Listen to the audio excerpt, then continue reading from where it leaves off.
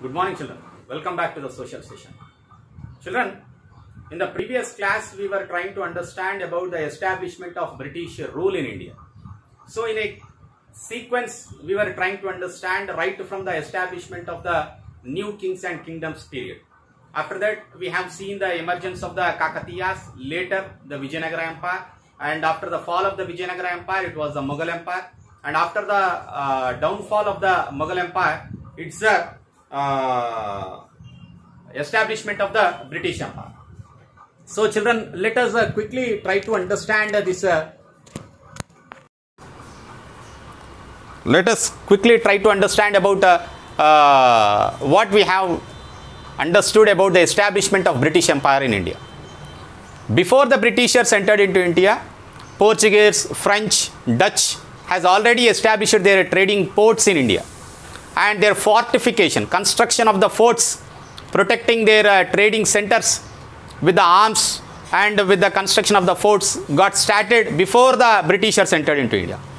After the discovery of sea route by Vasco da Gama, a Portuguese sailor, Portuguese were the first people who established their trading center on the western coast. Later French came, Dutch came, and last were the Britishers. But Britishers established their control over many parts of India later, okay, slowly, because of the political situation in the country and because of the disputes between the local traders, local kings. This was made possible to their benefit by the British traders. So what kind of products were in trade? Spices, fine cloth, muslin were the important products which they have taken here at a lower cost, and they sold them at a high cost in the European market, and they made profits with this trading. And British East India Company was given a charter by the British Queen, and it is a monopoly to make trade with the eastern countries of the world. But it could not stop other countries to come and establish their trading centers here. So likewise, many countries have entered into trade with the India, and they established their trading positions. And the growing interference of these Britishers and these foreign traders into Indian administration got started from 1764, for example, where Nawab of Arcot, Anwaruddin Khan, which is in the present northern Tamil Nadu, he sent his army to fight against the French company. However, to everyone's astonishment, to everyone's surprise, the small French army managed to defeat a vast Nawab's army. The European traders became more bold after their victory. They became very strong and they became very bold that we can defeat these army even though they are in large in number. So they felt that they could do whatever they wanted in India because of the strength of their armies. And the European armies were different from the armies of the Indian rulers. In 1700, these European armies recruited people with high caliber. They received more regular salaries and higher salaries, and at the same time they had mass drill and training than the Indian soldiers, and they had guns and cannons, better guns and cannons than the Indian rulers. The European armies held parades and drills. With such regular exercise, the Indian soldiers enrolled in these armies also became quite skilled and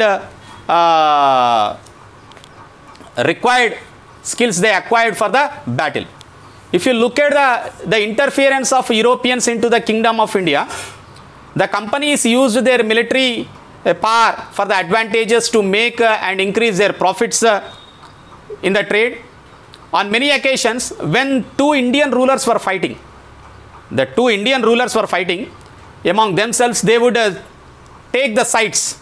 If Britisher has gone to, let us imagine some A and B, these both are Indian rulers, they both are fighting, then immediately Britain will take to the side of A and French will take to the side of B.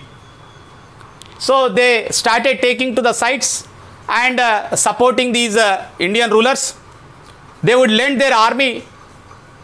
The French used to give army help to the B, and Britain used to give help to the ruler A.